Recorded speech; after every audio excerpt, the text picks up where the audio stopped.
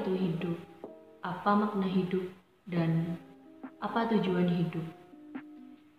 Memang, jika kita tidak tahu itu semua, kita bisa memilih untuk tidak hidup. Alasan kita untuk hidup, entah karena perasaan yang kuat atau perasaan yang justru membuat manusia sangat sedih. Rasa loyalitas, tanggung jawab, cinta, benci, itu semua hanya alasan untuk membenarkan bahwa manusia memang ingin bertahan hidup. Sebelum kita ke pembahasan selanjutnya, teori ini serupa dengan teori evolusi Meister Eckhart. Beliau mengatakan, jika Anda bertanya kepada orang baik, mengapa kau mencintai Tuhanmu? Maka dia akan menjawab, aku tidak tahu, barangkali karena dia Tuhan. Lalu, mengapa kau menyukai kebenaran? Demi kebenaran. Mengapa kau menyukai keadilan? Demi keadilan. Dan mengapa kau menyukai kebaikan? Demi kebaikan. Dan pertanyaan terakhir, mengapa kau hidup? Jawabannya adalah, aku tidak tahu. Yang aku tahu, aku ingin hidup. Lalu, apa alasannya bahwa kita hidup, kita ingin hidup, atau makna hidup itu tidak membutuhkan penjelasan? Berbeda ketika pertanyaan itu, untuk apa kita hidup? Dan mengapa kita hidup? Itu tentu setiap orang memiliki jawabannya masing-masing. Ketika seseorang mulai kehilangan dan bertanya, apa yang membuat hidupku berharga? Dan jika aku kehilangan sesuatu yang berharga itu, aku pasti akan kehilangan diriku sendiri, atau aku akan kehilangan pijakanku. Lalu manusia akan dihadapkan dengan dua pilihan. Dia mengakhiri hidupnya, atau dia melanjutkan hidupnya tanpa merasakan nilai yang ada di dirinya.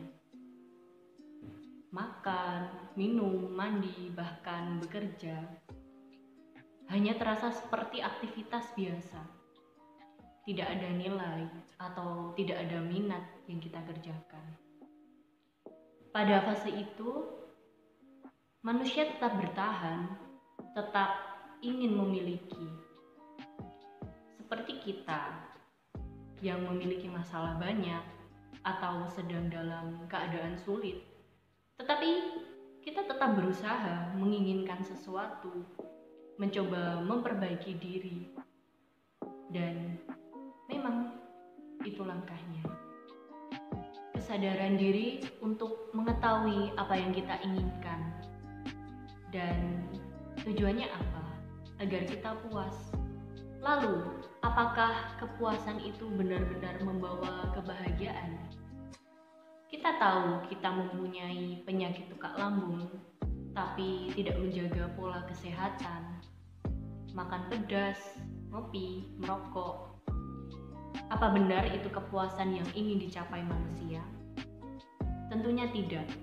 Seni mengada akan membawa manusia pada kesalahan dalam kesadaran diri, lalu akan membahas bagaimana langkah-langkah untuk mencapai kesadaran diri sebagai manusia yang utuh. Ya, baik.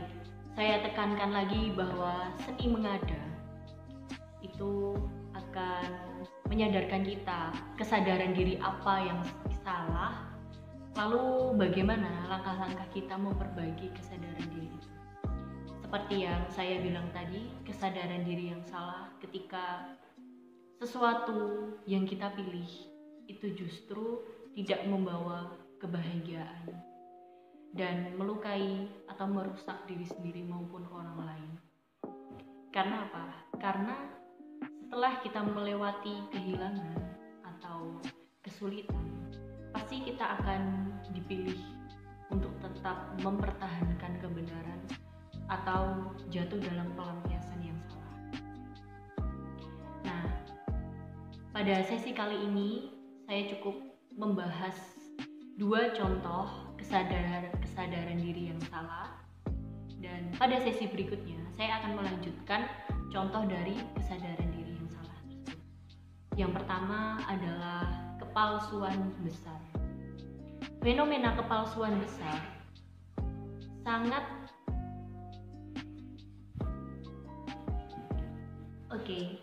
kita lanjut pada contoh pertama, yaitu kepalsuan besar.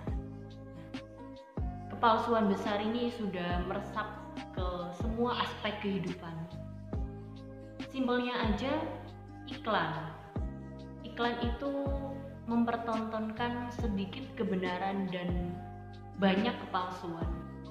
Kita sering tertipu dengan kemegahan produk yang sebenarnya itu tidak berguna atau memang hanya meninggikan gengsi.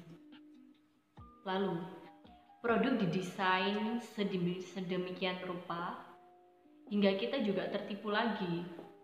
Ternyata tidak sesuai dengan iklan. Kenapa alasannya seperti itu? Dan salah siapa? Pernahkah tidak berpikir jika komersialisasi atau komodifikasi itu hanya bertujuan untuk menguntungkan individu atau kelompok tertentu?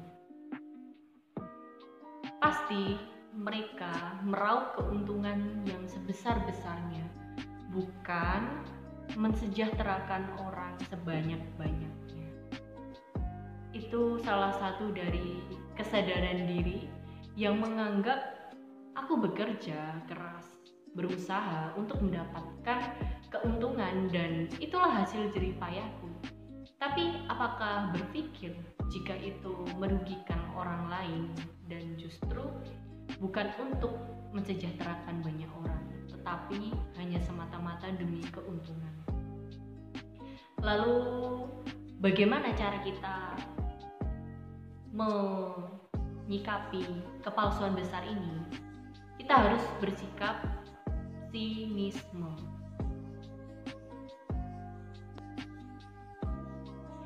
Bersikap sinisme berarti kita menolak untuk dibohongi kata-kata yang manis atau sepertinya itu masuk akal dan itu kebenaran.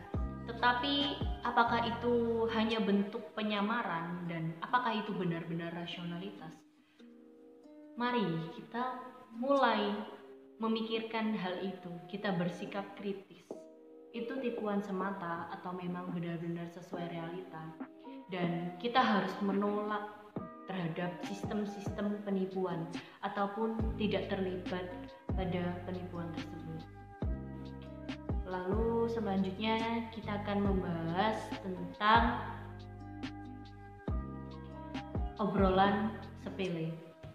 Obrolan sepele atau trivial talk adalah obrolan yang artinya tidak bermoral atau perbincangan tanpa bobot, tidak bisa membandingkan penting atau tidak pentingnya. Itu adalah obrolan sepele. Nah, obrolan sepele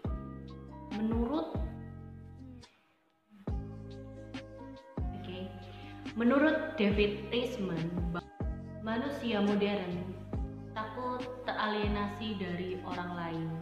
Mereka memiliki dilema, tidak ingin kesepian dan tidak ingin terlibat jauh dari hubungan, tetapi mereka juga takut jika tidak memiliki hubungan. Lalu fungsi obrolan sepele adalah bagaimana saya tidak kesepian tanpa harus berhubungan. Seperti itu. Saya ulangi lagi, fungsi obrolan adalah bagaimana saya sendirian tetapi saya tidak kesepian. Lalu permasalahannya adalah kita tidak bisa menghindari untuk bertemu dengan teman yang buruk atau lingkungan yang buruk. Tetapi kita memiliki kesempatan untuk tidak terlibat atau tidak tertipu dengan obrolan sepele kepada teman itu. Jadi itu hebat ketika kita tetap berani mengatakan menjadi diri kita sendiri. Lalu kita tidak mempunyai hutang untuk menjelaskan kepada mereka.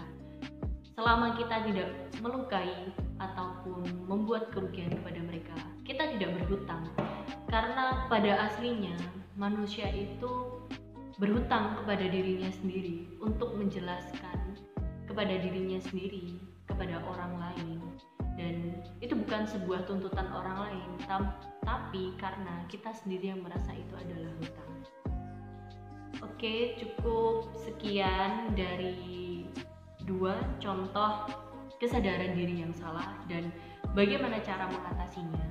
2 contoh tersebut semoga bisa memberikan manfaat, dan sesi selanjutnya saya akan membahas contoh lain dari kesadaran manusia tersebut. Sesuai dengan kata pengantar di depan buku yang saya baca itu, seseorang tidak akan pernah sukses ketika dia tidak pernah mengetahui hambatan-hambatan apa yang ada di depannya. Oke, cukup sekian dari penjelasan saya. Mohon maaf bila penjelasan ada kurangnya. Cukup sekian, terima kasih. Wassalamualaikum warahmatullahi wabarakatuh.